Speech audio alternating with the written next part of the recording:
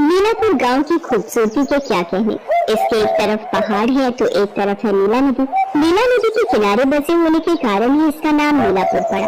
लेकिन इन दिनों इस गांव में अशांति छाई हुई है। पिछले 3 महीनों से यहाँ अजीब अजीब घटनाएं घट रही हैं। हर रात 2:30-3 बजे के आसपास बहुत सारे कुत्तों के रोने की आवाज आती है। अगली सुबह इस गाँव में जगह जगह खून के धब्बे पाए जाते हैं। कभी किसी के घर के बाहर तो कभी रास्ते में तो कभी गांव के सबसे पुराने तालाब के किनारे। आखिर ये हो क्या रहा है भाई? कहाँ से ये खून जगह जगह पर आ रहा है? भाई अब तो ये हर दिन की बात हो गई है। कल मोहन के घर के बाहर खून के धब्बे थे, उसके पहले सरजू के घर के बाहर, और आज फिर से तालाब के किनारे। भैया, गांव के लोगों को ये भी लग रहा था कि कहीं कोई जंगली जानवर तो रात को गांव में नहीं घुस रहा है और वो हमारे जानवरों को मार रहा है। किसी के भी पालतू जानवर के गायब होने की बात तो नहीं सुनी भाई। फिर ये खून कहाँ से आ रहा है भाई? कहीं हमारे गांव पर कोई संकट तो नहीं आने वाला है? कैसा संकट भाई? ये तो नहीं पता, लेकिन ये तो अपशकुन ही है ना। अरे भला, इस तरह खून का मिलना कोई अच्छी बात तो है नहीं भैया। पूरा गांव डरा हुआ था। लोगों ने इस राज का पता लगाने की बहुत कोशिश की, लेकिन किसी को कुछ भी पता नहीं लगा। कुछ लोगों ने ये भी तय किया कि क्यों न रात को गांव में जोड़ी बनाकर पहरा दिया जाए, जिससे सच का पता लगे। ऐसे ही एक रात श्याम और गणपत पहरा दे रहे थे। जागते रहो, जागते रहो। रात के 2 या 2:30 बज रहे थे। श्याम और गणपत पूरी तल्लीनता से पहरा दे रहे थे। जब वो गांव के सबसे पुराने इमली के पेड़ के पास से गुजर रहे थे, तभी श्याम को पेड़ के ऊपर कुछ हलचल दिखाई दी। उसने टॉर्च जलाकर पेड़ के ऊपर देखा तो उसने देखा कि पेड़ पर कोई औरत चढ़ी हुई है, जिसके पांव दिखाई दे रहे हैं। हालांकि गणपत की नजर इस पर नहीं पड़ी थी। अरे गणपत, तुमने देखा क्या? पेड़ के ऊपर कुछ हलचल हो रही है। किसी चिड़िया का घोंसला होगा वहाँ। चिड़िया का घोंसला नहीं है, वहाँ कोई औरत है। औरत? औरत? अरे पागल है क्या? है इतनी रात को पेड़ के ऊपर औरत क्या करेगी? वो ये बातें कर ही रहे थे कि उन्होंने देखा कि अचानक से पेड़ से खून की बूंदें टपक रही हैं। गणपत, ये देख, खून की बूंदें। खून की बूंदें? ये कहाँ से आ रही है श्याम? ये कहाँ से आ रही है? पेड़ के ऊपर से आ रही है गणपत। वो कुछ समझ पाते तभी वहाँ तेज तेज हवा चलने लगी। तेज हवा के कारण पेड़ की डाली जोर जोर से हिलने लगी। तभी गणपत की नजर भी पेड़ के ऊपर गई। उसे भी वहाँ पर एक औरत पांव लटकाए बैठी हुई दिखी। श्याम, तुमने ठीक कहा था। वो देख, वो औरत वहीं बैठी है यार। उसका चेहरा कितना भयानक लग रहा है। अचानक से वो औरत जोर जोर से हंसने लगी।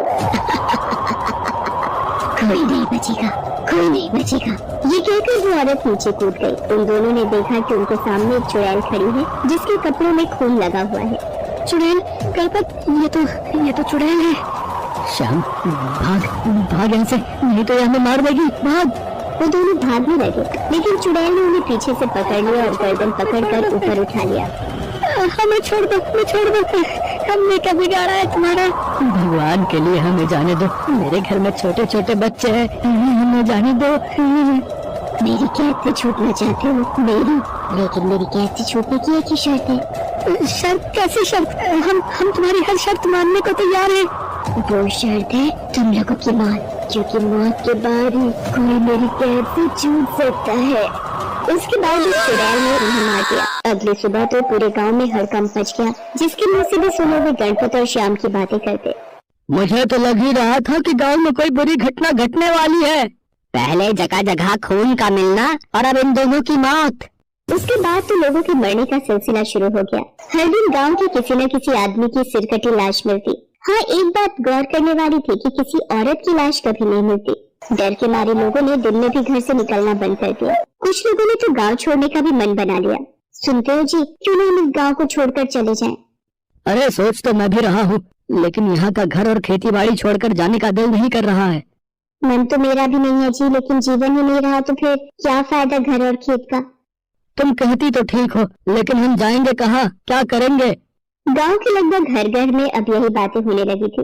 धीरे धीरे कई लोग गांव छोड़कर जा भी रहे थे। उसी गांव में एक डॉक्टर दीदी थी, जिनका नाम मीरा था। वो भी गांव में घट रही इन घटनाओं से बहुत चिंतित थी। ऊपर से वो इस बात के लिए भी चिंतित थी कि गांव के लोग एक एक करके बाहर जा रहे हैं। एक शाम वो गांव के मुखिया से मिली। अब क्या कहूँ डॉक्टर मैडम, मैं तो खुद परेशान हूँ। सालों से हम इस गांव में रह रहे हैं, लेकिन कभी भी ऐसी घटना ना तो सुनी ना देखी। लेकिन इन दिनों पता नहीं किसकी नजर लग गई है हमारे गांव को। हाँ, मीरा ने मुखिया से कहा, मुखिया जी, आपकी पूरे गांव में इज्जत है, लोग आपका कहा नहीं टालते हैं, इसलिए आप गांव वालों को समझाएं और गांव छोड़कर नहीं जाने के लिए कहें, क्योंकि मुसीबत से भागकर उससे पीछे नहीं छुड़ाया जा सकता, बल्कि मुसीबत का सामना करने से ही उसका हल मिलता है। मैंने लोगों को समझाया है डॉक्टर मैडम, लेकिन लोगों में मौत का खौफ बहुत ही ज्यादा हो गया है।